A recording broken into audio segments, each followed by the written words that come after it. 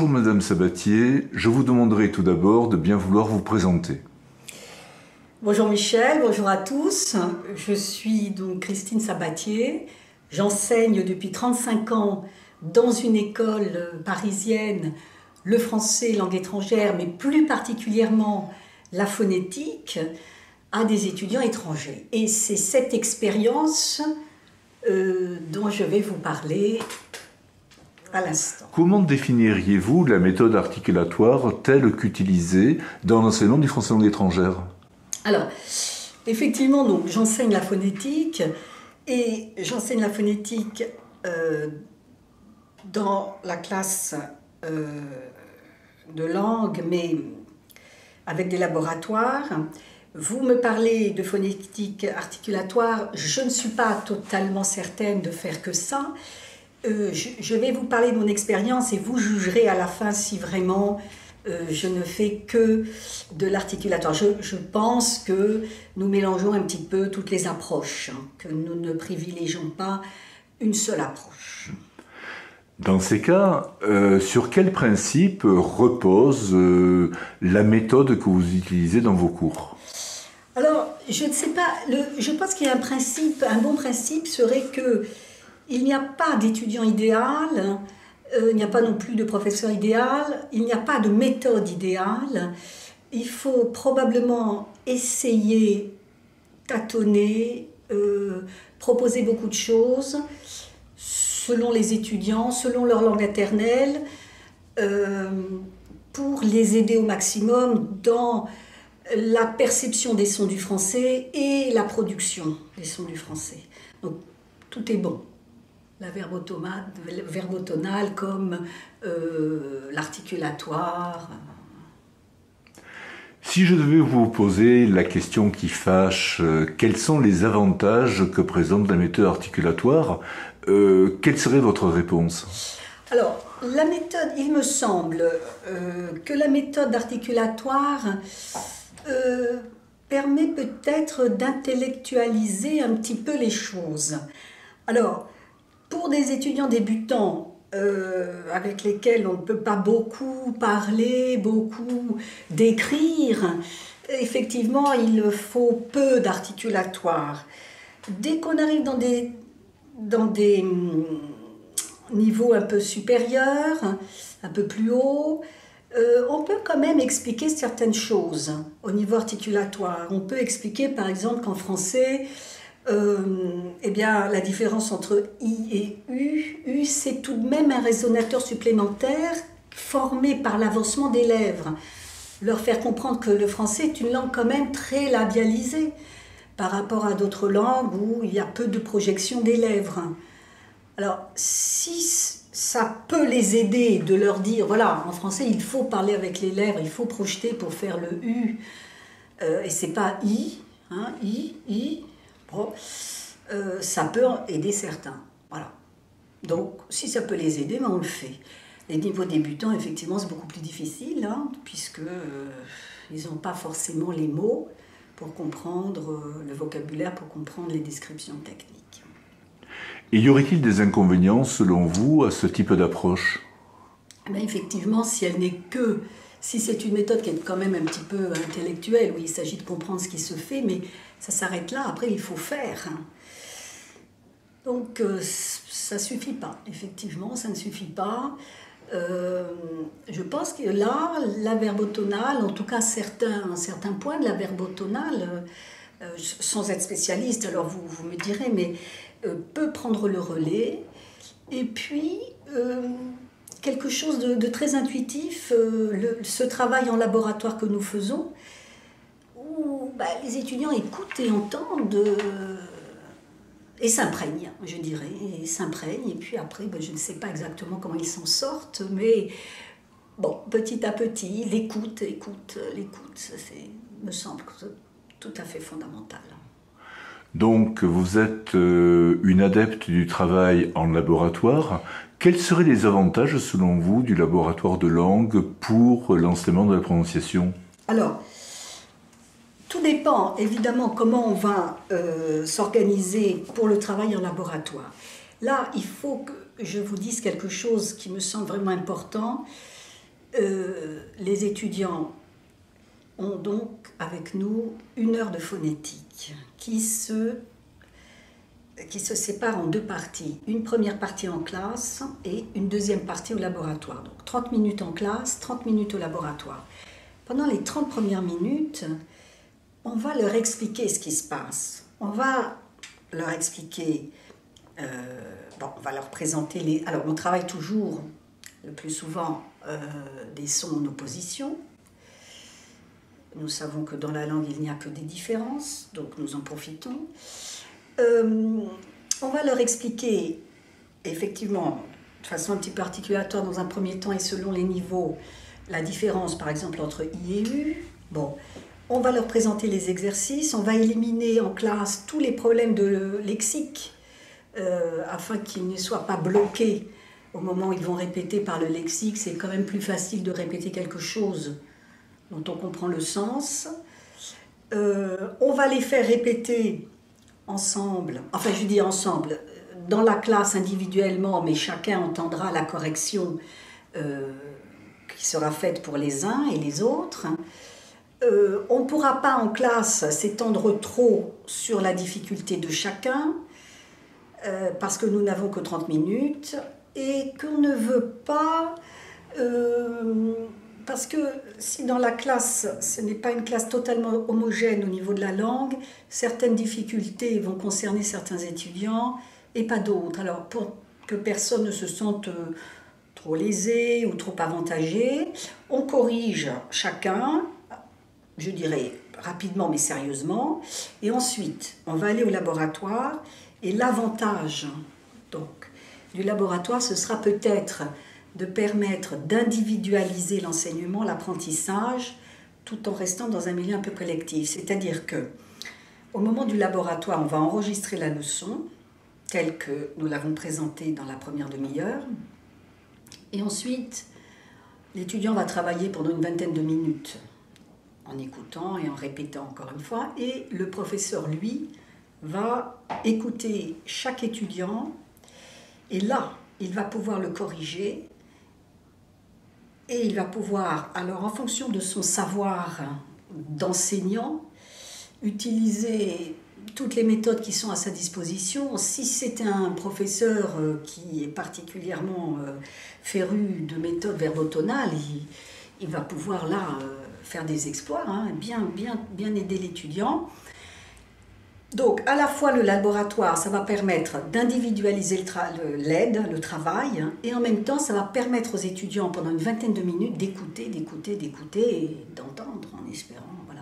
Ça me paraît important, ce travail de répétition, qui peut paraître fastidieux, mais peut-être que la répétition est la mère de tous les apprentissages. Qui sait ?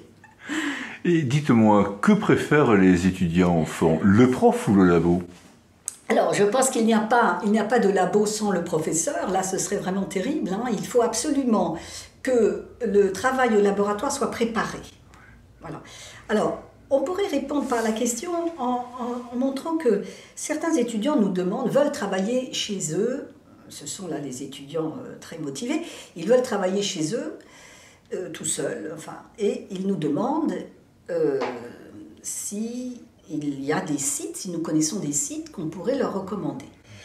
Alors, personnellement, je leur recommande n'importe quel site qu'ils trouvent bien, qu'ils aiment, pour n'importe quelle raison. Voilà.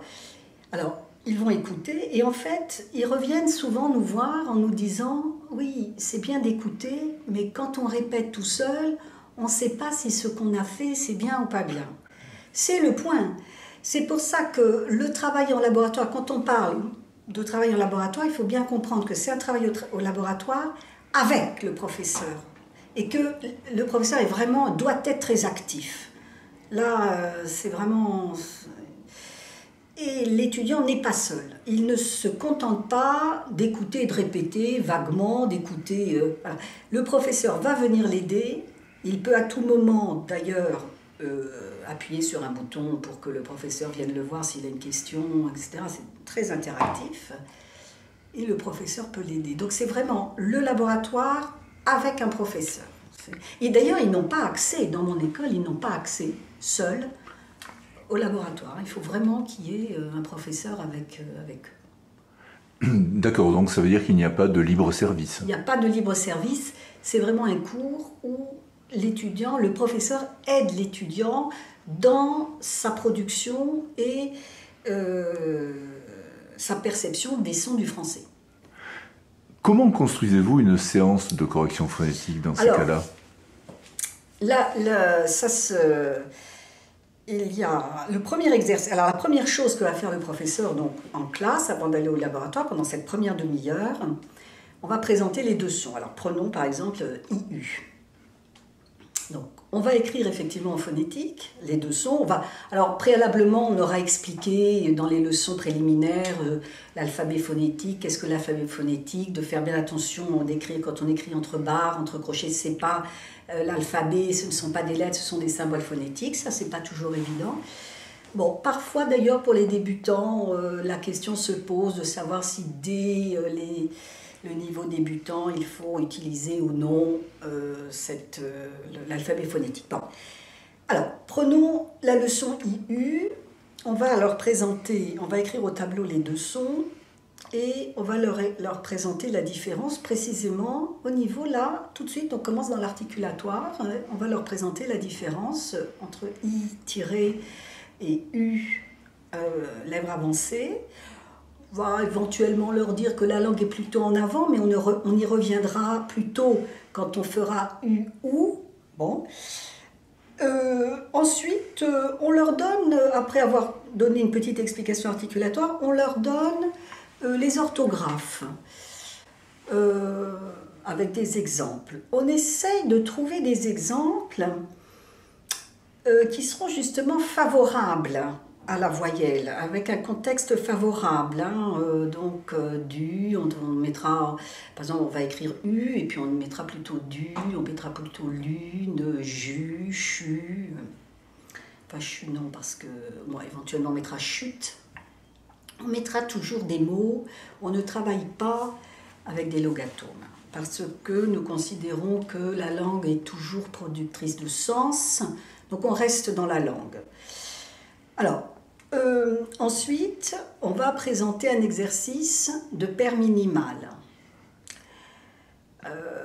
On va se débrouiller pour que le son, alors évidemment les voyelles, le son soit à l'intérieur du mot, soit sous l'accent. Bon, par exemple, dit et du, évidemment.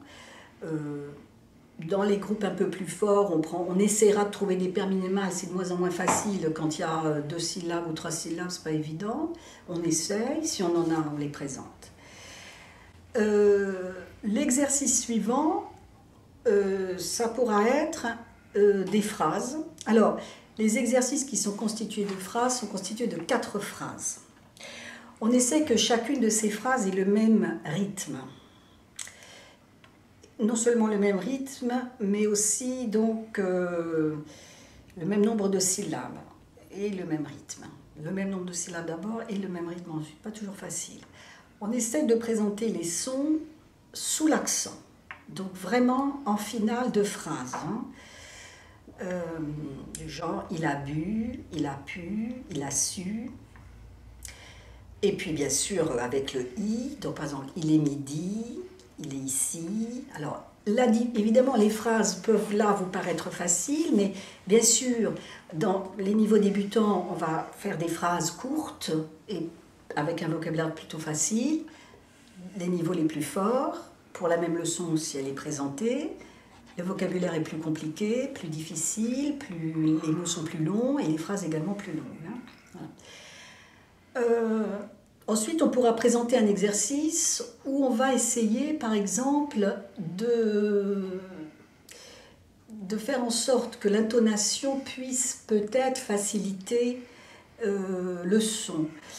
On pourra peut-être présenter le ou en descendant, si jamais on fait la leçon u ou. On peut peut-être montrer que c'est plus bas, donc on va forcer légèrement le trait en descendant, tandis que on va monter, on fera des phrases interrogatives avec le U final, pour faire sentir peut-être la hauteur plus importante sur le U. Ensuite, il va falloir tout de même proposer un exercice où il n'y a plus ce contexte facilitant. On essaie toujours d'aller du plus facile, de quelque chose de facilité vers quelque chose où on enlève les bouées de sauvetage. Il n'y a plus de, on ne facilite plus rien. Alors tout ça est aussi un petit peu modéré en fonction s'ils sont débutants, pas débutants, toujours. Donc, on va présenter un exercice où il n'y a plus, pas spécialement une intonation qui facilitera le son, et puis dans des mots où ce sera plus difficile. Par exemple, si par exemple on fait la leçon ou, bien un des derniers exercices sera avec tout, parce que alors tout, c'est vraiment le T et le OU, c'est loin d'être facilitant et c'est vraiment difficile. Et en même temps, c'est un mot tout de même assez courant. Donc il faut tout de même à un moment donné que l'étudiant arrive à percevoir et peut-être à le produire. Voilà. Ça c'est globalement la leçon. Alors peut-être je veux répéter une présentation articulatoire, des mots, présentation de mots dans des contextes facilitants en même temps que l'orthographe, un exercice sur les paires minimales pour leur montrer quand même que s'ils disent I, ils disent pas U, et qu'il faut vraiment faire la différence. Et puis ensuite des phrases courtes, puis de plus en plus longues, d'abord dans des contextes facilitants, que ce soit au niveau de l'intonation ou des consonnes, de l'environnement des consonnes, et puis de plus en plus difficiles. Généralement, une leçon comporte à peu près 5 exercices, 5-6 exercices. Il ne faut pas que le laboratoire soit trop long non plus, puisque c'est ce qu'ils vont répéter après le laboratoire. Il faut que l'enregistrement au laboratoire soit 3-4 minutes. Et vous donnez des explications aux apprenants? Alors, on leur donne des explications, oui, on leur donne des explications. Il y a le premier exercice qui est articulatoire, donc on leur donne des explications. On essaye, si on connaît leur langue, alors ça c'est pas toujours évident, mais ça les aide tout de même, parce que ça les fait réfléchir sur leur propre langue, et du coup ils essayent de voir, parce que au départ ils n'entendent pas la différence, et si vous leur parlez, si vous essayez, si vous connaissez bien leur langue, de leur dire le mot dans leur langue, ensuite de dire le mot français, ou de faire dire le mot dans leur langue par eux-mêmes, puis le mot français vous le dites, et essayez de percevoir cette différence. Oui, on leur parle, il faut leur parler. Donc oui, on leur donne des explications. C'est vraiment à ça que sert la première demi-heure de classe. La première demi-heure, ils peuvent poser toutes les questions qu'ils veulent, réponse collective, tout le monde en profite et tout le monde peut poser toutes les questions. Au laboratoire, c'est donc plus individualisé. Ils peuvent poser des questions, mais les autres camarades n'auront pas les réponses aux questions qu'ils ont posées individuellement dans la cabine. D'accord. Et comment vous devez vous y prendre pour évaluer les progrès de vos élèves? Ça, c'est une question, c'est à la fois une question qui fâche, tout à fait. Parce que c'est une question extrêmement épineuse. Alors, je dirais, étant donné notre système, où nous mettons les étudiants, alors, nous constituons 2 types de groupes.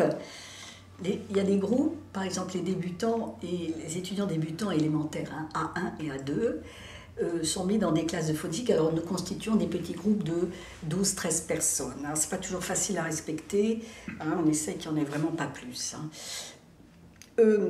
Donc les étudiants débutants A1 et A2, et débutants élémentaires, sont mis dans un groupe indépendamment de leur langue maternelle. Et on fait une présentation générale des sons du français.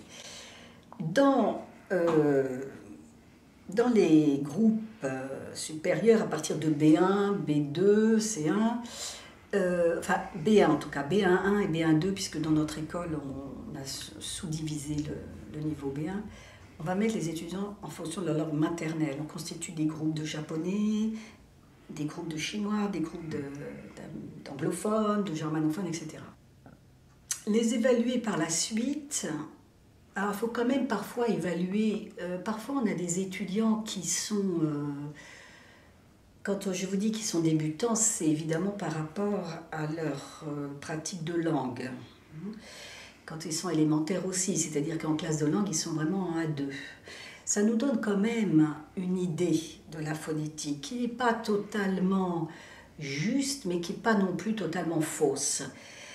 Les choses sont quand même, vont un petit peu ensemble, hein, sauf évidemment quelques cas, on en a. Par exemple, des étudiants qui ont appris le français quand ils étaient petits, ils ont appris à l'oral mais pas à l'écrit. Effectivement, là, il y a un grand décalage entre l'oral et l'écrit. Hein. Enfin, généralement, on peut considérer que c'est à peu près homogène. Bon, je prends des pincettes parce qu'on peut... Il faut déjà un peu au départ évaluer nos étudiants pour pouvoir les mettre dans certaines classes, parce qu'on a plusieurs programmes. Alors, les évaluer, ça va être sachant leur langue maternelle, ça va être de voir s'ils continuent de confondre ou d'être très approximatifs dans le son du français. Donc on va leur faire répéter quelques phrases. Par exemple, un hispanophone, on va essayer de voir s'il a compris la différence be et ve, si c'est acquis, s'il y arrive, à tout coup, dans tous les contextes. Bon.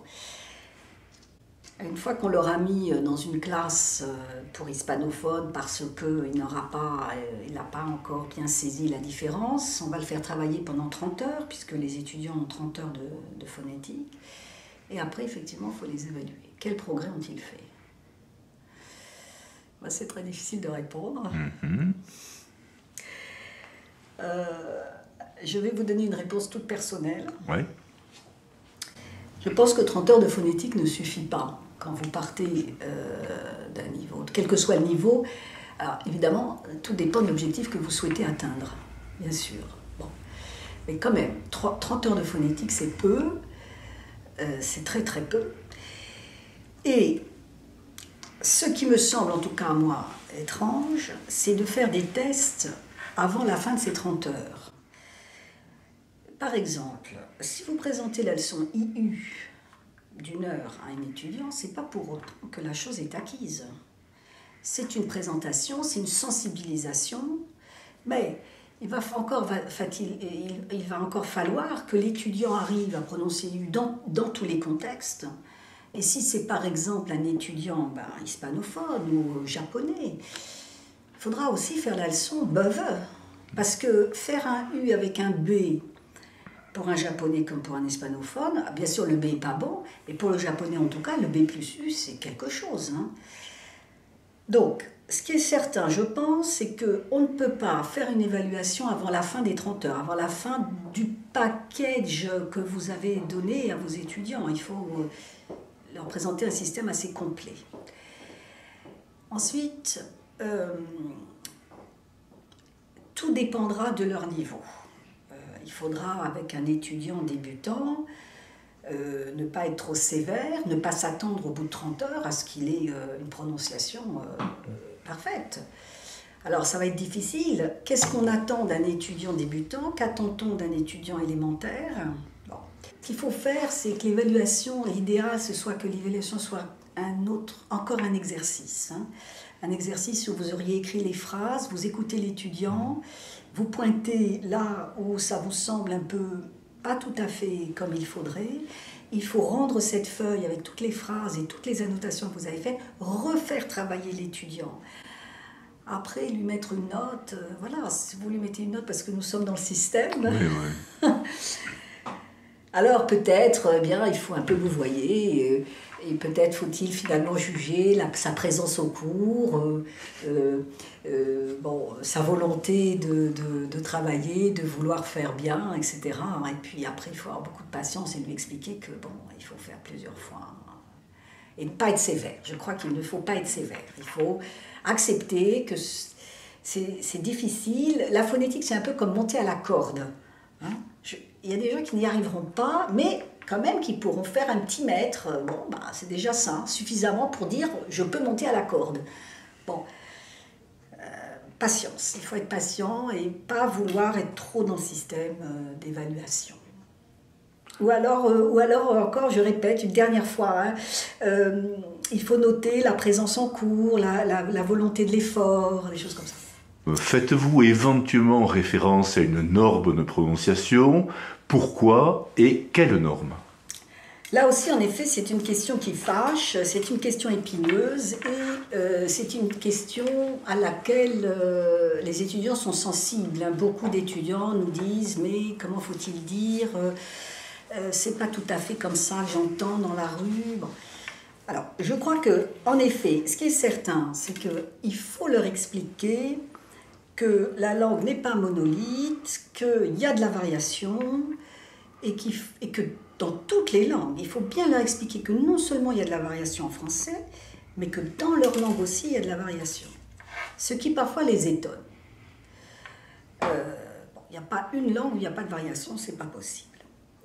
Une fois qu'on a dit ça, il faut qu'ils se rendent compte que il y a des langues où la variation, par exemple dans les langues asiatiques, il y a des variations dans des systèmes de niveau de langue de politesse, en français aussi, mais pas de la même façon. C'est pour ça que c'est intéressant d'avoir des groupes linguistiques, hein, parce que par exemple aux étudiants asiatiques, on va pouvoir leur expliquer par rapport à leur système. Bon. On a décidé, je pense, un peu tacitement, d'enseigner le français, on va dire, standard. Est-ce que cette définition peut convenir? Français standard, bon, qui n'est pas un français des banlieues. Bon. Avec une pointe quand même du français de Paris, parce que, en effet, on va faire tout de même quelque chose Dieu. On va quand même leur dire des phrases, il est venu samedi, ou même il est venu samedi. Donc quand même un petit peu Paris, nord de la France. Hein. Bon. Peut-être tout de même une langue à un niveau un peu cultivé, puisque c'est pas tellement le français des banlieues. Bon là, je ne veux pas rentrer dans la politique non plus, c'est pas facile. Alors, ce qui est intéressant, alors il faut rester souple, il faut tout le temps leur montrer qu'il y a de la variation. Il faut aussi leur expliquer que ce qu'ils entendent n'est pas ce qu'ils écrivent. Ça, c'est important pour les étudiants parce qu'ils ont beaucoup à écrire, non seulement dans notre école, mais souvent après ils font des mémoires. Donc leur faire bien comprendre qu'en français, il y a une nette différence entre l'écrit et l'oral.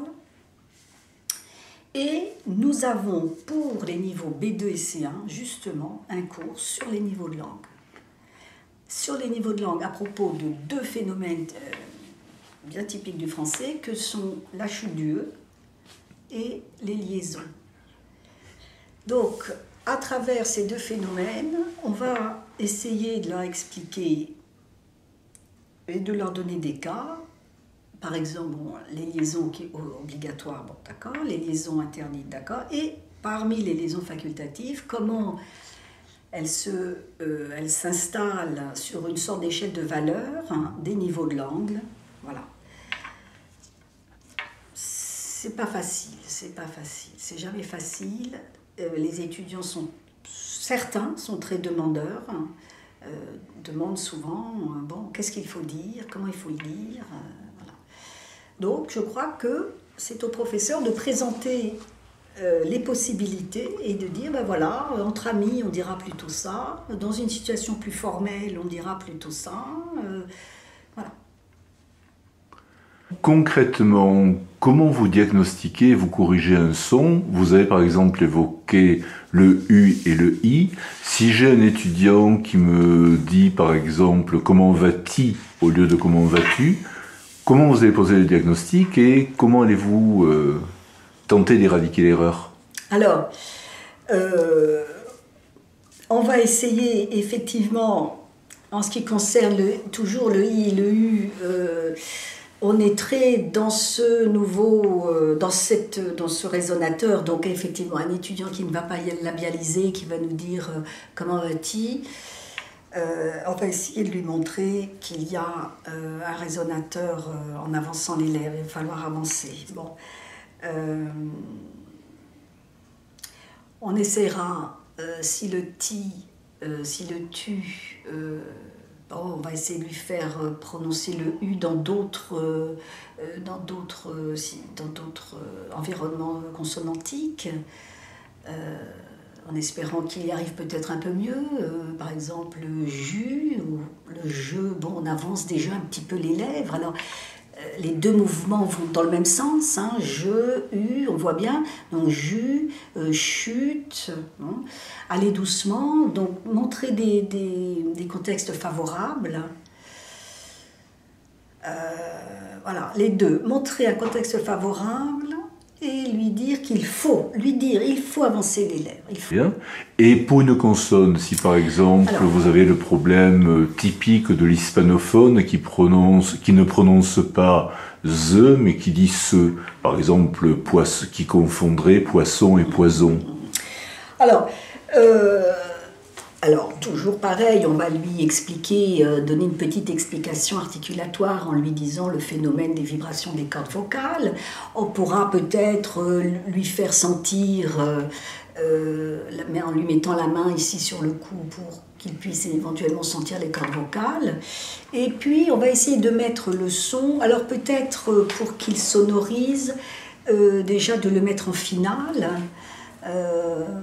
Az, gaz, bon alors gaz c'est peut-être pas le bon mot, base non plus, il faudra choisir va, oui, alors c'est pas le bon mot, il faudra... Mais bon, mettre en finale le son, et puis lui faire comprendre que c'est une consonne tout de même assez douce et basse. Donc essayer de forcer un peu le trait en abaissant sa propre voix, hein, az, is... Ça, je dois dire que ça marche bien. Voilà. Et leur faire comprendre que quand ils font ce, il y a plus de force, plus d'air qui se dégage, c'est plus haut. Voilà. Voilà, ensuite essayer de mettre toujours pareil, peut-être dans des contextes, par exemple si on peut mettre le se avec le i, alors ça va dépendre des nationalités, hein, parce que par exemple les Japonais, ils ont un mal fou entre si et chi, donc essayer de mettre là avec des voyelles qui vont peut-être aider les consonnes, voilà, toujours, voilà, mais c'est vrai que on va toujours un petit peu, on va dans l'articulatoire, en leur disant, voilà, bon, d'abord, c'est vibration des cordes vocales, pas de vibration des cordes vocales, d'abord, c'est un résonateur de plus, bon, essayez de leur faire prendre conscience de ça, et ensuite, on y va, on essaye de mettre dans des contextes favorables, de leur faire entendre, après leur avoir fait, essayer de prendre... Premièrement, ils essaient de prendre conscience de cette différence, c'est pas évident, c'est discutable hein, dans un premier temps. Et puis ensuite, il faut qu'ils répètent, mais d'abord il faut qu'ils aient perçu. Pour avoir perçu, il faut leur présenter dans des contextes comme ça favorables. J'espère que j'ai pu donner quelques explications qui pourront servir et qui pourront peut-être faire comprendre que le laboratoire n'exclut pas la verbotonale. En tout cas, si elle exclut la méthode en général, elle n'exclut pas une correction verbotonaliste. Hein, et que le professeur, même s'il travaille au laboratoire, s'il a un savoir verbotonaliste, il peut l'utiliser quand il travaille avec un étudiant. Voilà, je pense que ça ne s'exclut pas. Merci beaucoup, Madame Sabatier. De